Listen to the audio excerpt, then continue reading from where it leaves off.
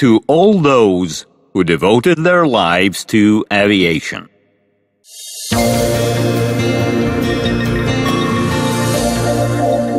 Wings of Russia Studio presents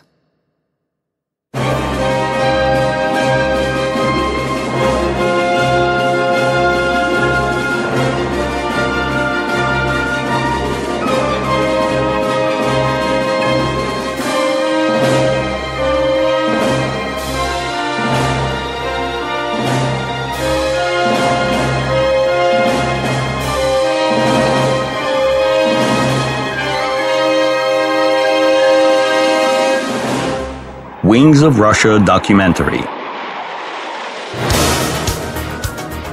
A modern fighter is a combination of beauty and power, speed and maneuverability. Its flight fascinates audience in any air show and makes potential enemies mute. A fighter has a hard task. It has to win a fight not only with the like, but with the aircraft of any other type. Everything progressive at the moment in the aviation science and technology is invested in the creation of a fighter. Researchers test in flight ever unknown and out-of-limit modes. The level of aviation development in the country is mostly determined by the ability to create a fighter of its own. Currently, the authority of the Russian school designing aircraft of this type is acknowledged worldwide. But that was not always so. This is a story of the Russian fighter development.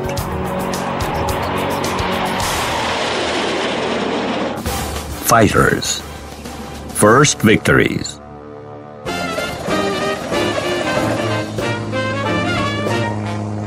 The very first aircraft had no specialization and therefore no qualification.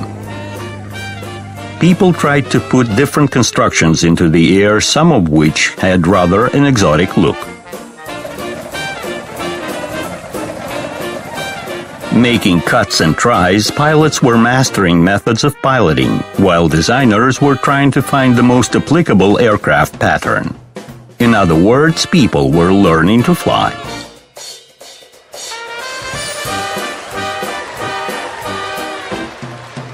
The miraculous qualities of the new type of technique could not leave the military indifferent.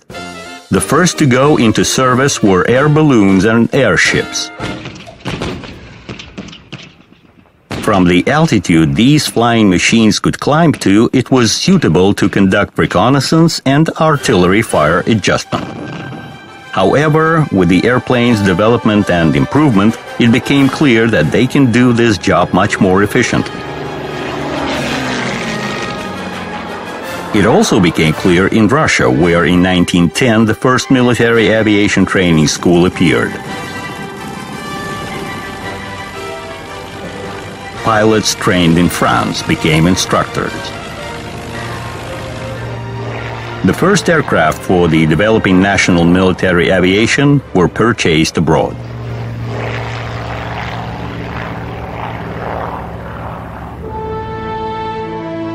Attempts were made to build such flying machines in Russia as well. From 1910 to 1913, there were even several contests of military airplanes organized. But in spite of all the efforts, Russian enthusiasts failed to create a flying machine which could compete with the foreign ones.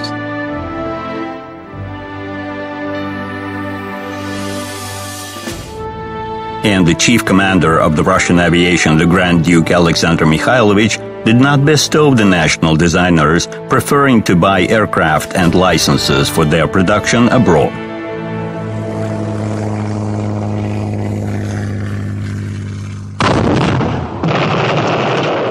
The First World War started in August 1914. Entente, the Triple Alliance of France, England, and Russia, countered Germany and its allies. By the start of combat actions, the national aircraft stock amounted to slightly over 260 machines. Most of them had no arms. Machine guns were mounted on just several reconnaissance planes. At that time in Russia, the only standard weapon of the crew was the Mauser pistol, and the first air fights were ending up with hand weapon shooting rattling maneuvers, and banal fists shaking.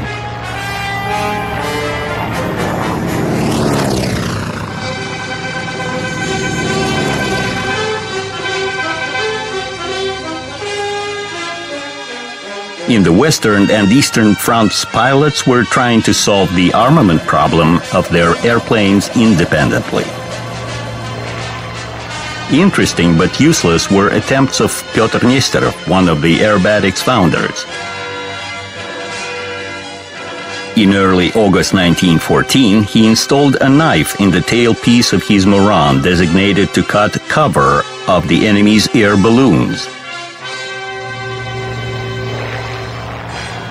However, this was not put into practice.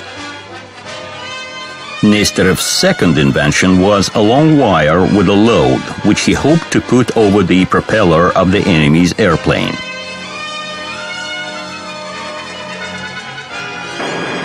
On August 26, 1914, the pilot attempted to test his invention in practice, but the wire broke at takeoff. In his second flight of the same day, Nesterov met an Austrian Albatross reconnaissance airplane. Having no other means of stopping the enemies, Nesterov made a desperate move, a ram attack. Both pilots died.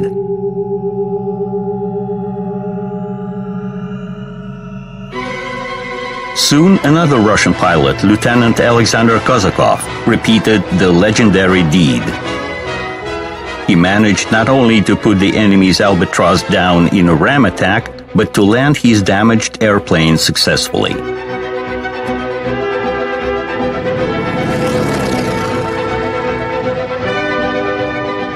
Pilots repeatedly tried to mount a machine gun on the airplane, the most efficient weapon in a fleeting air combat. The best way to attack an enemy airplane was then thought to be from back below. Therefore, the machine gun was put at an angle upwards so that the line of fire to go over the propeller. The first air battles showed that it was absolutely inconvenient and the weapons were faced forward, while aiming was done through airplane maneuvering. Shooting was again performed over the propeller from a weapon mounted on an upper wing. Such scheme was no better for shooting. Besides, the pilot had to reload by standing up, holding the control gear with his legs.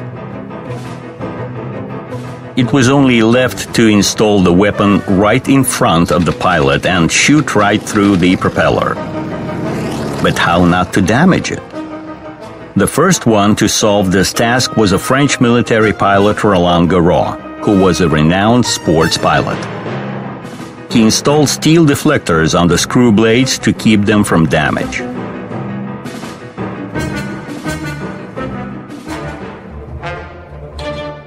In spring 1915, Garros won several air fights on a Morane-Saulnier airplane equipped with a machine gun shooting through the propeller. Soon the secret of his Morane became known to the enemies. But Germans did not copy the French invention, considering it to be non-efficient. They started to develop a shooting-through propeller device of their own. A German engineer, Schneider, invented a firing synchronizer, which was delaying a shot the moment propeller blade passes the line of fire.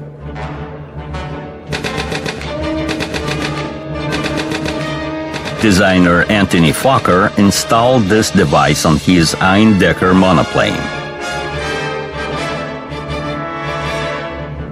In summer 1915, airplanes with a synchronizer showed their advantages in air combat. Aiming became very comfortable for the pilot.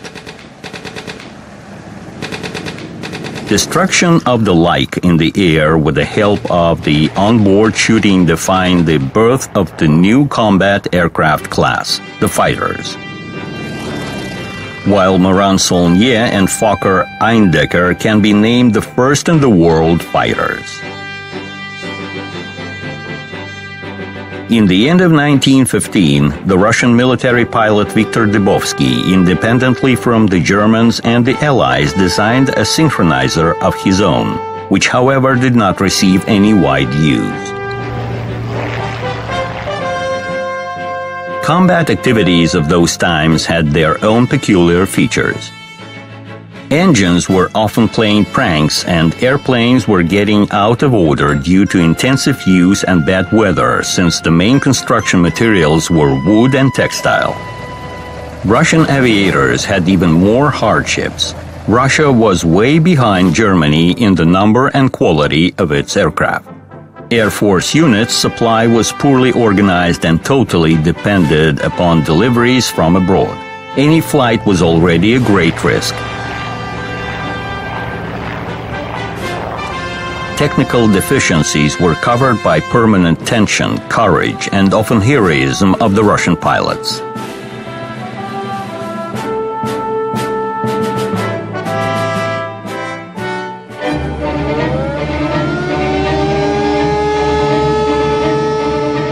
Meanwhile, in the Western Front, monoplanes gave way to more maneuverable biplanes such as the French Nieuport Bébé or Baby and its successor Nieuport 17, the German Albatros D, and the English Pup, Camel, and Snipe of the Sopwith Company. Designers of the latter, attempting to improve maneuverability, created a triplane. According to its trophy sample, the Germans built their Dreidecker, one of the notorious symbols of the First World War.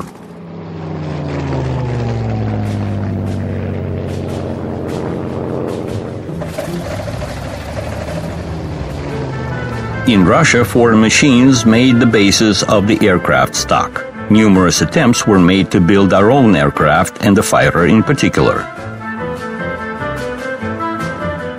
The first Russian airplanes were often designed and built upon a private initiative and on private funds. One of them, the MB-2 bis, was designed by Italian Francesco Mosca. The aircraft was manufactured in series from 1917 at a factory in Moscow. The Sikorsky S-16 biplane fighter also appeared with no support from the Supreme Commander. Businessman and organizer of the Ilya Muromets aircraft squad, Mikhail Shidlovsky, funded S-16 fighter with his own money. This aircraft was part of the squad as a trainer and an escort fighter.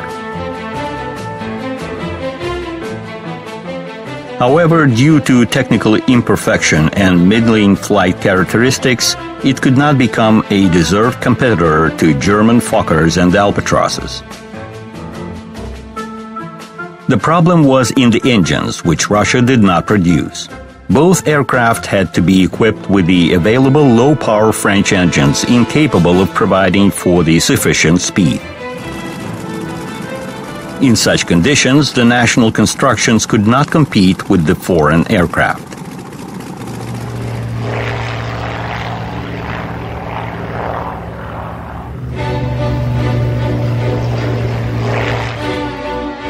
The struggle for the air superiority in the Russian front became especially acute in spring 1916. In this connection, the fighter aviation gained a special status and became independent. Fighter units were formed, although they were staffed with the normally outdated Nieuport 10 and Spad A-2.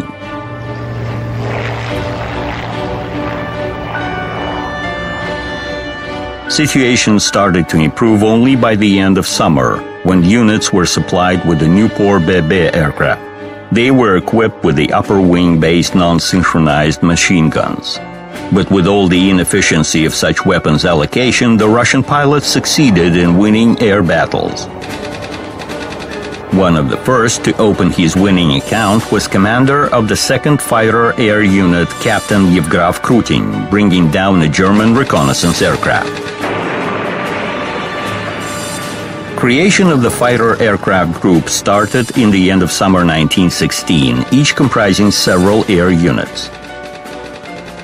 New formations proved to be more efficient and influenced the air situation at important sections of the front. Air battles' intensity grew up significantly.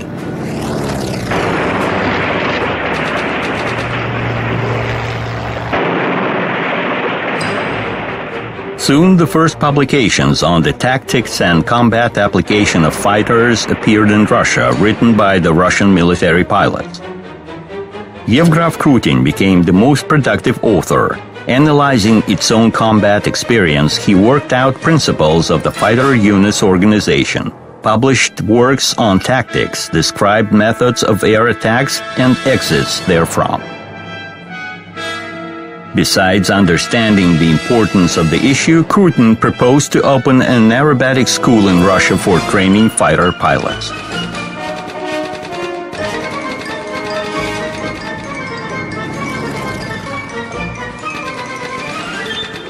In the years of war, Russia showed the world a lot of examples of courage and high spirit. Yuri Gilshir, despite amputated foot, returned to the hand wheel and won 3 air battles. Another hero, the Marine pilot Alexander Prokofiev-Seversky, also flying with an artificial limb, won 13 battles. But the most successful Russian ace was the commander of the 1st Combat Aircraft Group, Alexander Kozakov, who brought down 20 enemy's aircraft, the first of which by a ram attack. The war was coming to an end. The fighter, as its creation, occupied its deserved place among aircraft of other designations. The best fighters of the First World War may be named the French Spad-13, the English SC-5, and the German Fokker D-7. They all appeared in 1917 and each was produced in a series of several thousands of copies.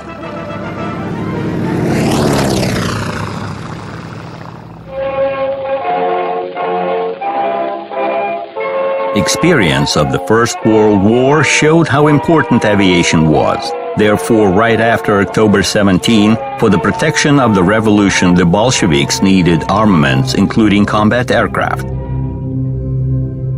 But such plans were hard to be carried out. In the chaos of the Civil War, nobody was thinking of aviation.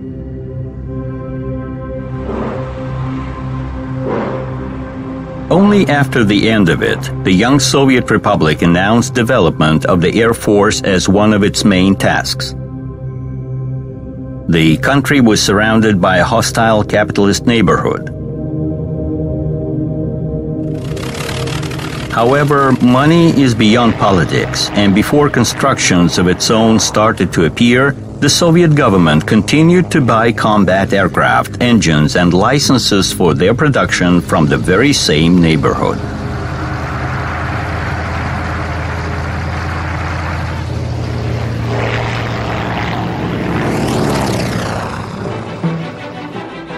The first Soviet fighters were designed under the guidance of Nikolai Polikarpov and Dmitry Grigorovich. In the beginning of the 20s, production of Liberty, a powerful American liquid-cooled engine, was mastered in Russia. New aircraft were being built to comply with this engine. Most of the foreign fighters were based upon a biplane scheme. While Polikarpov was designing its IL-400, a fighter with a 400 horsepower Liberty engine, as cantilever monoplane. Its wing did not have wing struts and wire braces, which made the drag significantly lower and enabled to obtain better flight characteristics and speed in the first place. The rated speed was 260 kilometers per hour, which was very high for those times. By summer 1923, the aircraft was ready. Konstantin Artseulov, one of the first Russian pilots, was assigned to test the aircraft. The very first flight ended almost in a tragedy. Right after takeoff, the IL-400 went straight upwards. The speed dropped, the aircraft floated in the air and then crashed from a minor altitude. Artseulov's professionalism saved his life while the aircraft was lost. The reason of the wreck was an excessive tail heaviness. In the air, the aircraft is supported by the wing, and construction elements in front and in the rear of the wing must be balanced. The tail heaviness means that the front was heavier than the rear. When that was discovered, relevant recommendations were made for the designers.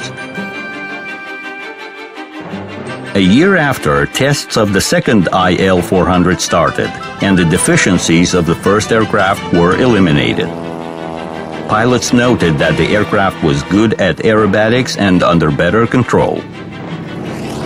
The Air Force immediately ordered 33 copies of the fighter, which was identified as E-1. Its production started in 1926. However, unlike the tested machine, serial aircraft were rough, heavier, and the center of gravity was again shifted backward. During tests, the fighter flown by Mikhail Gromov did not manage to exit the spin, and the pilot had to jump with a parachute.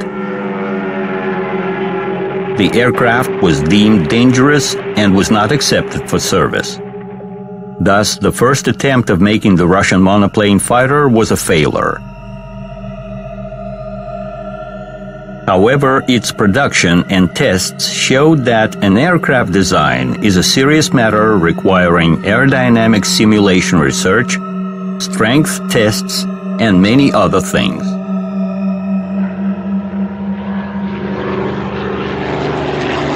From the very beginning of the fighter's history, attempts were made to use the monoplane scheme, which promised to be more advantageous than the biplane scheme.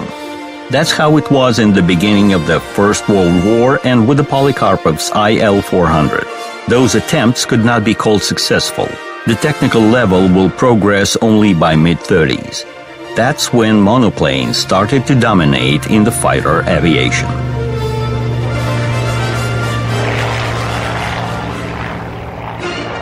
While Polikarpov experimented with a monoplane, Dmitry Grigorovich built a classical biplane fighter identified in serial production as E-2. The aircraft did not succeed from the start and required refinement. But even after that, it did not comply with the set requirements. The reason was in the low-power engines. But in order to get rid of the foreign dependence, this fighter was put into commercial production and accepted for service.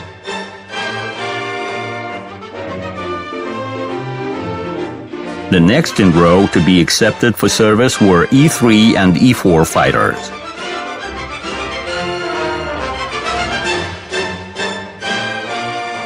The Polikarpov's E-3 biplane had a wooden construction and was equipped with the M17 liquid-cooled engine.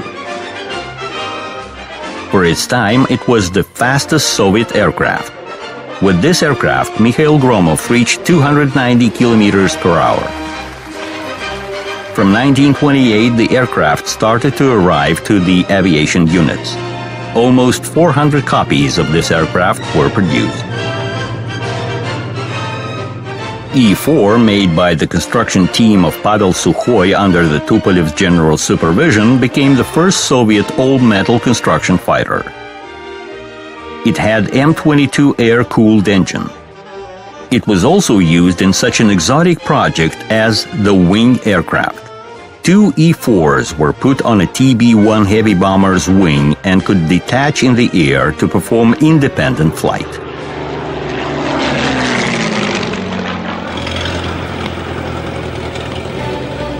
In spring 1930, pilot Benedikt Buchholz, in presence of the government members, raised the new E-5 fighter into the air from the Khodynka Central Airdrome. The rudder was decorated with letters VT, deciphered as internal prison. The reason was that designers Polikarpov and Grigorovich, as alien social elements, by that time found themselves in prison, where they in fact designed the E-5. This was one of the first NKVD attempts to set control over aircraft designers with the help of repressions, which later became massive. Interesting to know that, distrusting Soviet designers, the Soviet government ordered a German engineer, Ernst Heinkel, to develop the fighter. The latter made an aircraft defined as E-7, which was accepted for service in the Red Army. However, E-5, entering service a bit later, in many parameters left the Heinkel's aircraft behind and became the best Soviet fighter of the early 30s.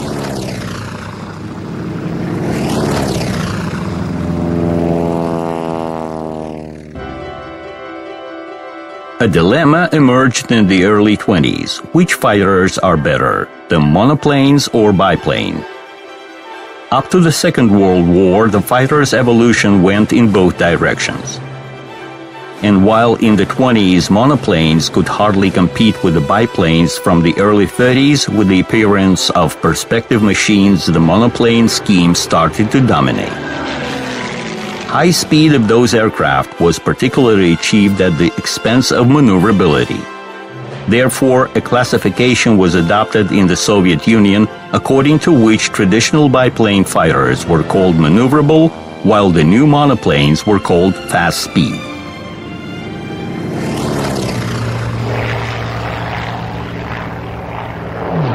E-15 was one of the best Soviet maneuverable fighters. It was created under the guidance of Nikolai Polikarpov. Its scheme and construction represented a refurbishment of the E-5 biplane. However, the upper wing of E-15 was made in a seagull type. Thus, the drag was reduced and the forward and upward visibility was significantly improved, which was very important for combat conditions. Installation of a new 700 horsepower engine became a significant improvement of the E-15 flight characteristics. The aircraft was armed with 2 synchronized machine guns.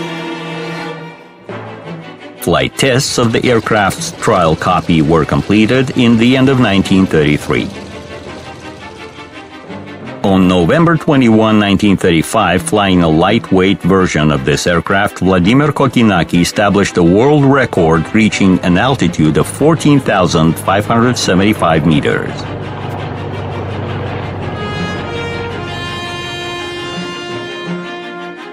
Further improvement of the Soviet maneuverable fighters followed the path of the successful E-15.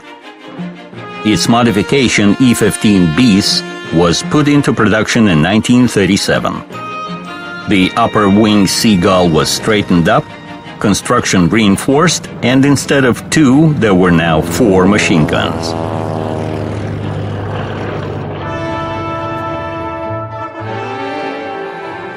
Among the entire variety of fighters, there were several 2-seat aircraft. The firing abilities of the aircraft were thought to be increased at the appearance of the second crew member, the marksman. But this benefit was gained at the expense of the weight increase and reduction of flight showings. Attempts to make a 2-seat fighter in the USSR were unsuccessful until a certain moment.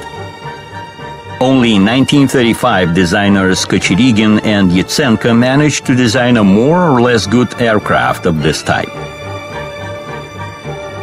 It was named DE-6, and the main reason for its success was the perfect aerodynamic. As to speed, DE-6 was beyond even the 1-seat E-15. However, in future, 2-seat fighters did not receive as much distribution as the 1-seat aircraft.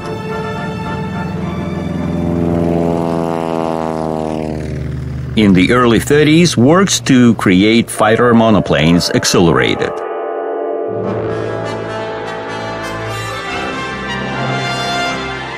Under the leadership of Grigorovich, Tupolev, and Polikarpov, 3 types of fast-speed fighters were developed: E-14, E-16, and EP-1.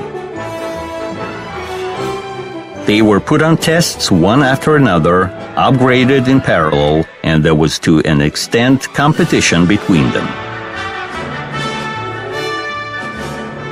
Among these contenders struggling to be named the fastest fighter, the Polikarpov's E-16 was the most successful. It was the first to appear among its counterparties. The first sample, E-16, took off on December 30, 1933.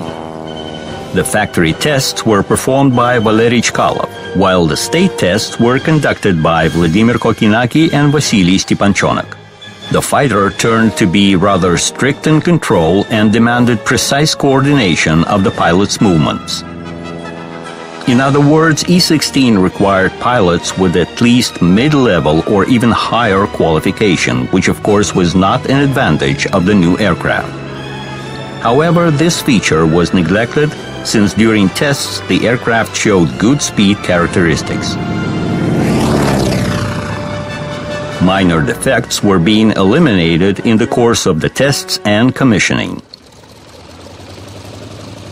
Despite the military's interest, E-16 did not receive immediate use in the Air Force. It needed large aerodromes, and only upon the completion of runways in the end of 1935, E-16 started to appear in the combat units. Various E-16 modifications were identified by adding a type number. They differed by the engine brand, armament, and constructive peculiarities. E-16 Type 5 became one of the most popular modifications, equipped with the M25A engine. First modification had closed cockpit. However, pilots as a rule flew with the open canopy, worrying that the sliding part may not work in a critical situation, and the plexiglass quality was not the best.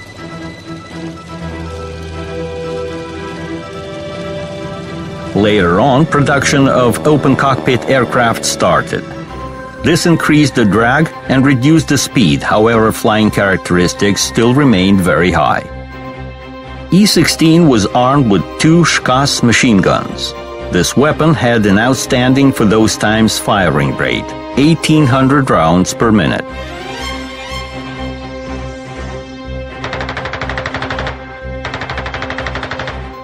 Although pilots noted insufficient firepower of the fighter, therefore Polikarpov offered E-16 armed with cannons in addition to machine guns. 2 20mm cannons were installed in the wing, and E-16 Type 12 became the first Soviet serial fighter with cannon armament. Cannon versions of the E-Shock, as E-16 was lovingly called, were designated first of all to fight bombers. They were also used for attack actions. There were also 2-seat training E-16, the so-called dual cockpits. The most massed dual cockpit was UTI-4. It played a huge role in training crews for flights on fast-speed fighter. Starting from 1935, the Red 5 was showing its flight art at the Red Square parades and at air shows in Tushino. That's how the E-16 aerobatic group was called. For most of the pilots, the right to fly in the Red 5 was the highest assessment of their professional skills. The group aerobatics on those aircraft could be performed only by first-class pilots. And what's up with the E-16 competitors? Tupolev started developing a high-speed fighter even before Polikarpov. Andrei Tupolev, by that time already a venerable designer, could allow himself to make a new all-metal aircraft. It was the first fighter in the Soviet Union with a retractable landing gear. In May 1933, E-14 took off for the first time.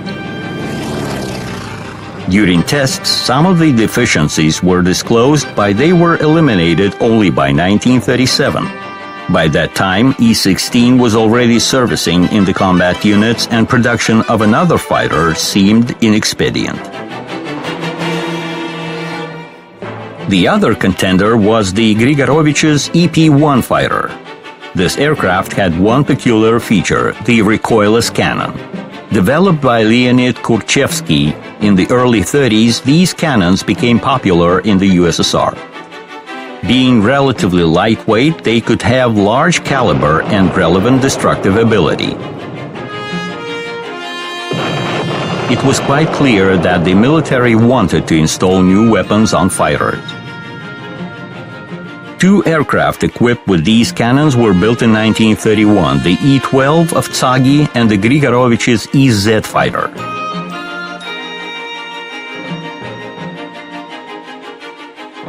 Both aircraft were experimental. Grigorovich continued his research and in 1934 created EP-1 fighter equipped with two such cannons and the Shkas machine gun. However, Kurchevsky's cannons did not prove themselves. They had minor efficiency and caused high aerodynamic drag. Besides, in other parameters, EP-1 was inferior to E-16. The subject was closed.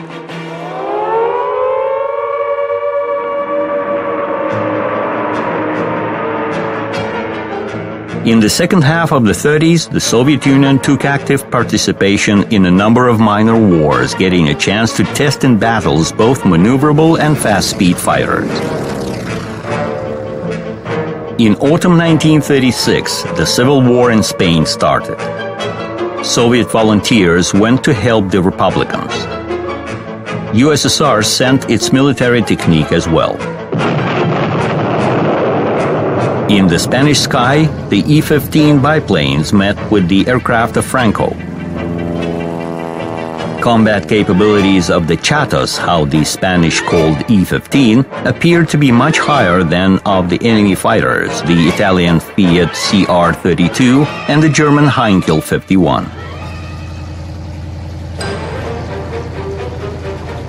In the air battles, combat aircraft revealed their strong and weak points, improving methods of air fights. In Spain, for instance, pilots applied tactics of interaction of maneuverable E-15s with the fast E-16s. The task of the fast fighters was to catch up with the enemy and get engaged in a combat. After that, the maneuverable E-15s would pick up the relay, while the E-16s would be free to attack the bombers.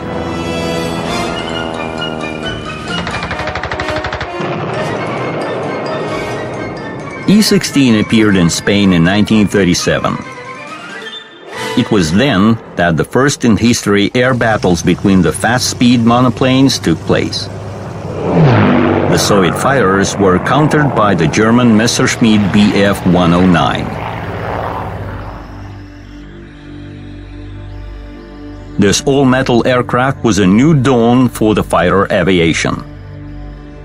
It comprised almost all features of a fast-speed monoplane: excessive wing loading, retractable landing gear, closed canopy.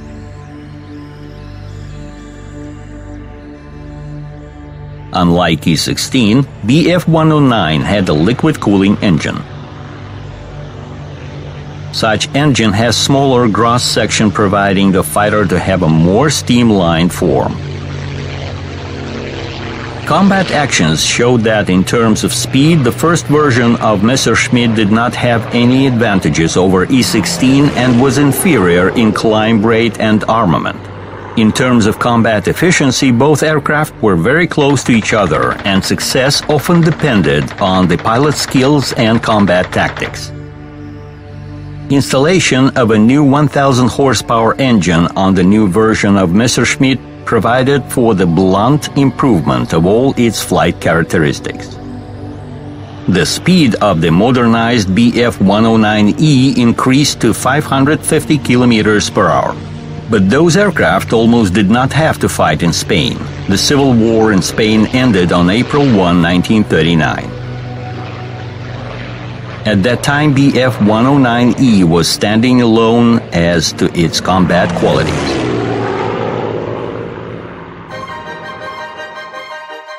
Polikarpov made an interesting attempt to produce a similar fast-speed fighter.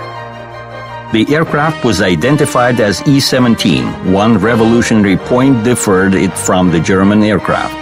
A Schwag cannon was installed in the V of the M100 engine, which barrel went through the hollow propeller gearbox shaft. Such armament allocation had important advantages and was first time used on a Soviet fighter. The central cannon did not need any synchronizer, and its firing rate was higher. E-17 went on tests in 1935. Due to a number of difficulties, they dragged on, and in 1939 the People's Commissariat of Aviation Industry considered the aircraft as morally outdated. While trying to find a way of reducing the drag, there emerged an idea of removing the air cooler from the airstream. Such projects were considered by various design bureaus. The Aleutian Design Bureau created E-21 fighter. In this aircraft, the center wing surface served as the air cooler. The water heated in the engine, or rather the steam, touching the inside of such surface, cooled down and went back to the engine. For the first time in the Soviet Union, such system was implemented on the Stal-6 aircraft designed by Roberto Bartini, a Soviet designer of Italian origin. In 1933, this experimental aircraft reached a phenomenal speed of 420 kilometers per hour. However, very soon it became clear that the steam cooling system, due to its vulnerability, was not suitable for a combat aircraft. Thus, the Aleutian E-21 subject did not find any continuation.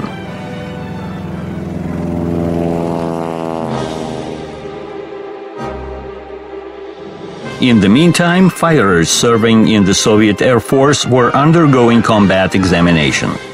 After Spain, E-16 managed to fight in China with the first Japanese monoplane fighters Mitsubishi E-96. This aircraft had non-retractable landing gear and was losing to the Soviet fighter in speed. However, it had good maneuverability and was accessible to pilots of lower qualification, thus standing out of E-16. During the Halkyn-Gol conflict in May 1939, another Japanese competitor to E-16 was the E-97 fighter of the Nakajima Company. This aircraft was a serious counterparty. Radio stations on board Japanese fighters provided for the coordinated combat actions, while Soviet pilots had to do without the radio.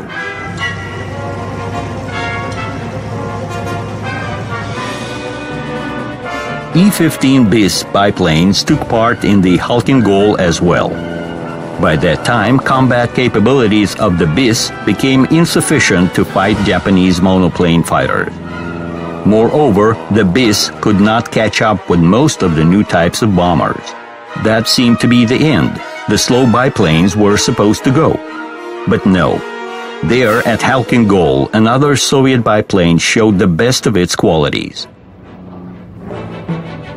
In 1937, when E-15 BIS was just put into serial production, the Polikarpov Design Bureau already developed a new version of maneuverable fighter defined as E-153. The idea was simple: to achieve the highest speed increase by means of aerodynamics, preserving high maneuverability at the same time.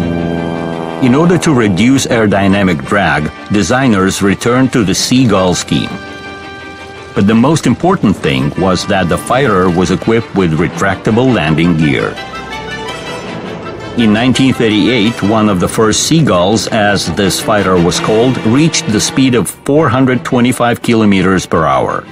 This was only 20 kilometers per hour less than of the fast-speed E-16 monoplane with the same engine. Soon, E-153 was equipped with a more powerful and altitude engine with a variable pitch propeller. This allowed to improve the rate of climb, reduce the takeoff run, and increase the ceiling. The aircraft was armed with 4 Shkas machine guns.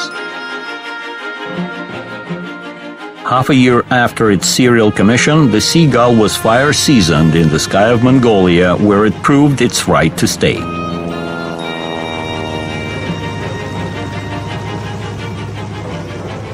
The E-153 biplane fighter was an example of its scheme perfection.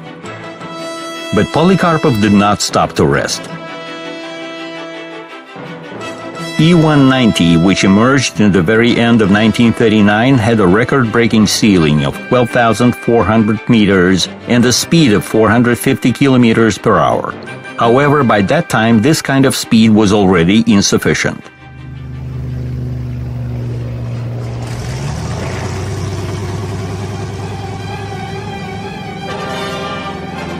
USSR's experience of local wars and conflicts allowed to identify further steps in the aviation development and fighters in particular. After Spain, for example, armored back seats were introduced to protect the pilot from beneath and from the back.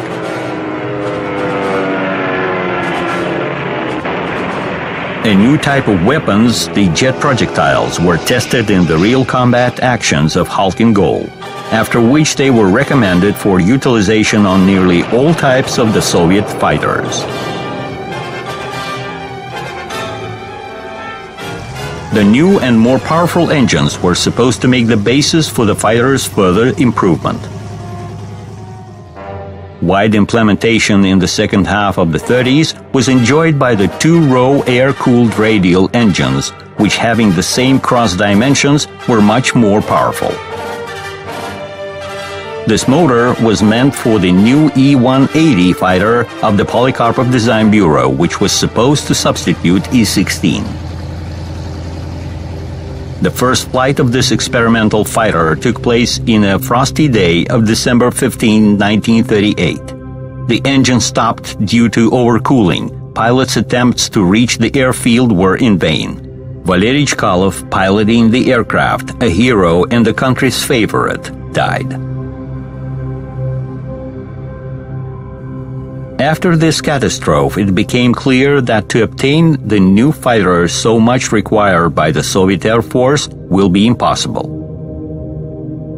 The accident with E-180 turned into a tragedy not only for the pilot, but for the aircraft creators. In the spirits of those times, they were the ones to blame. But it was just a minor episode in a huge wave of repressions breaking down the most talented and active personalities, including designers and officers. And it was one of the basic reasons for the catastrophic incompliance of the Soviet aviation with the spirit of times. From 1933, when the Nazis came to power in Germany, the world lived in a presentiment of a big war.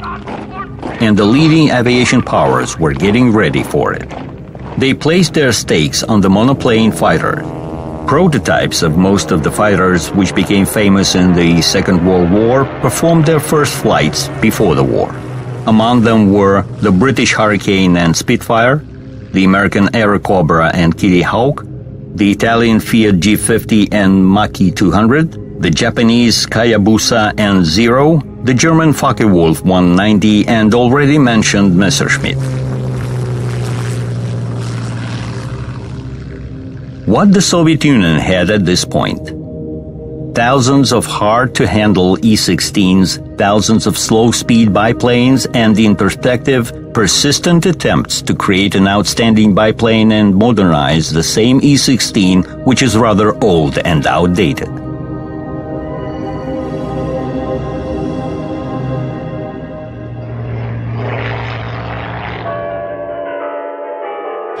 In spring 1939, Stalin decided to get a personal sense of the new aircraft development and summoned a huge conference in Kremlin inviting designers and captains of the aviation industry as well as representatives of the piloting and commanding personnel of the Air Force. In result of the conference, 12 design groups were given assignments to design new fighters. In essence, it was a tender in which many of the Soviet aircraft designers took part. A lot of different constructions appeared in result. Mikhail Pashinyan proposed a classic E-21 monoplane fighter. Alexei Borovkov and Ilya Florov designed E-207, which uniqueness was that the biplane's cell had no bars and wire braces.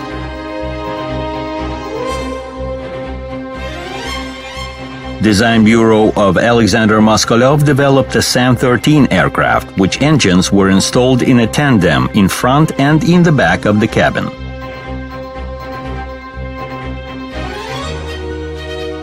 The most interesting was an ES fighter construction developed by pilot Shevchenko and designer Nikitin. The lower wing of this biplane was folding up in flight, so it was taking off and landing as a biplane while turning into a monoplane in the air. It could show its best speed characteristics. However, all these exotic designs, to this or that reason, did not get any progress. What the result of the tender was, which way the fighter evolution went, and how advanced in the years of war it became, you will know from our next film.